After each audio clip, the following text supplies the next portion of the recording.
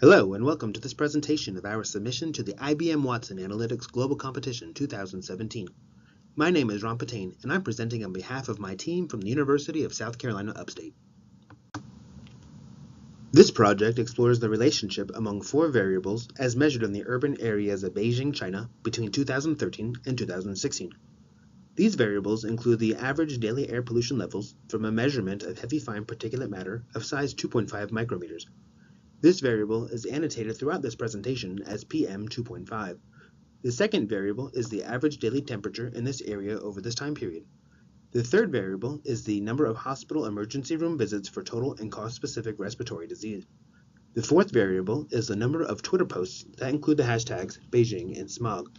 Our fundamental question is, does there exist a relationship between these four variables? First, we need to gather the data. Air pollution and temperature data were sourced from the World Bank and from the U.S. Department of State Air Quality Monitoring Program called Mission China. Daily counts of respiratory emergency room visits were obtained from 10 general hospitals located in the urban areas of Beijing, as reported by Xu and colleagues in April 2016. Twitter data was obtained through IBM Watson's Social Analytics module. Let's begin by looking at the air pollution data. This map shows the average air pollution levels in countries around the globe in 2015. The darker the color blue, the higher the concentration of atmospheric air pollutants. While not a country with the highest air pollution, China nonetheless ranks toward the higher end of the scale. Air pollution containing particles 2.5 micrometers and smaller are hazardous to human health because they are readily inhaled into human lungs where they can be deposited. This table shows a commonly used tool called the Air Quality Index, which advises citizens of atmospheric pollution concentrations and air quality levels. The higher the concentration value of PM 2.5 in the atmosphere, the greater the level of air pollution and the greater the health concern. For example, a PM 2.5 value under 10 micrograms per cubic meter represents good air quality, whereas a PM 2.5 value over 50 micrograms per cubic meter represents unhealthy, even hazardous air quality. This bubble graph shows that most daily PM 2.5 values in Beijing are categorized in the unhealthy, very unhealthy, and hazardous categories of the Air Quality Index. This dashboard displays various analyses of the PM 2.5 data. The graph on the top left displays PM 2.5 levels by hour. Listed along the x-axis are the 24 hours in a day, and the y-axis shows PM 2.5 levels. This plot line shows higher concentration levels of PM 2.5 during the nighttime hours when temperature is lower. The graph on the top right displays average PM 2.5 levels by month. The months January through December are listed along the x-axis, and the vertical bars represents PM 2.5 levels. The taller the bar, the higher the concentration level of PM 2.5 in the atmosphere. This graph shows higher concentration levels of PM 2.5 in the colder winter months.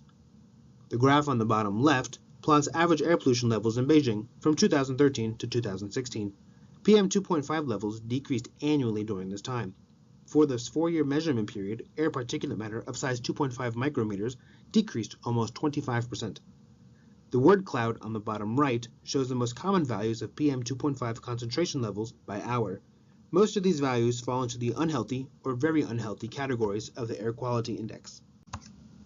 A decision rules analysis shows that carbon monoxide can predict PM 2.5 levels with a strength of 54%. Next, let's combine air pollution and temperature data. In this graph, we see an inverse relationship between these two variables.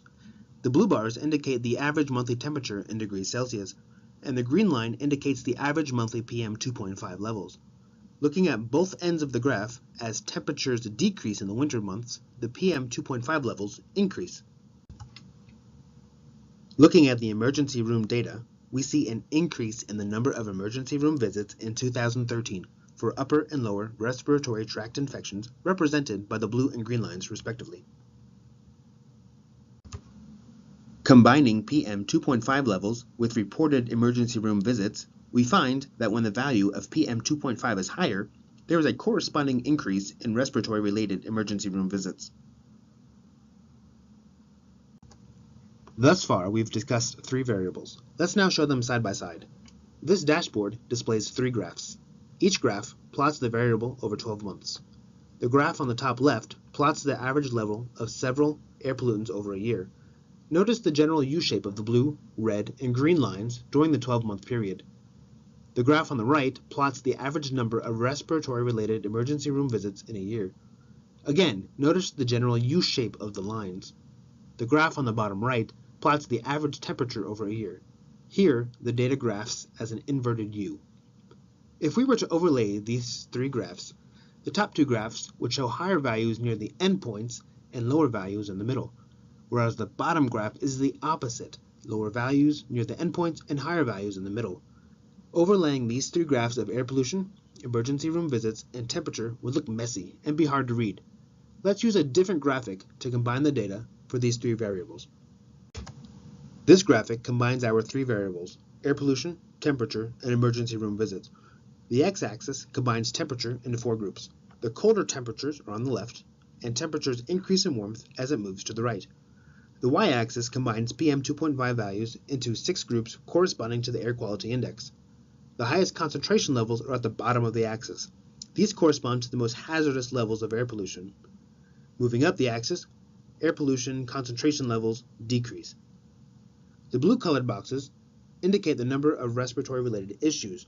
The darker the color, the higher the number of emergency room visits.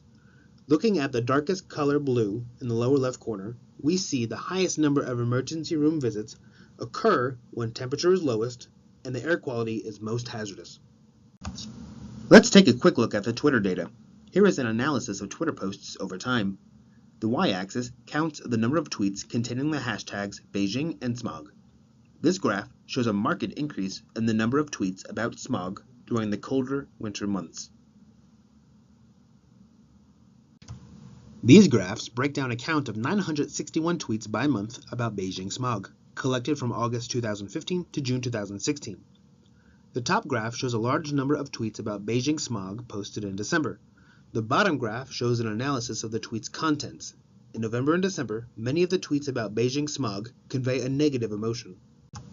In conclusion, the analyses produced by Watson demonstrated a strong correlation between our three variables, air pollution, temperature, and emergency room visits. When temperatures are low, air pollution is high.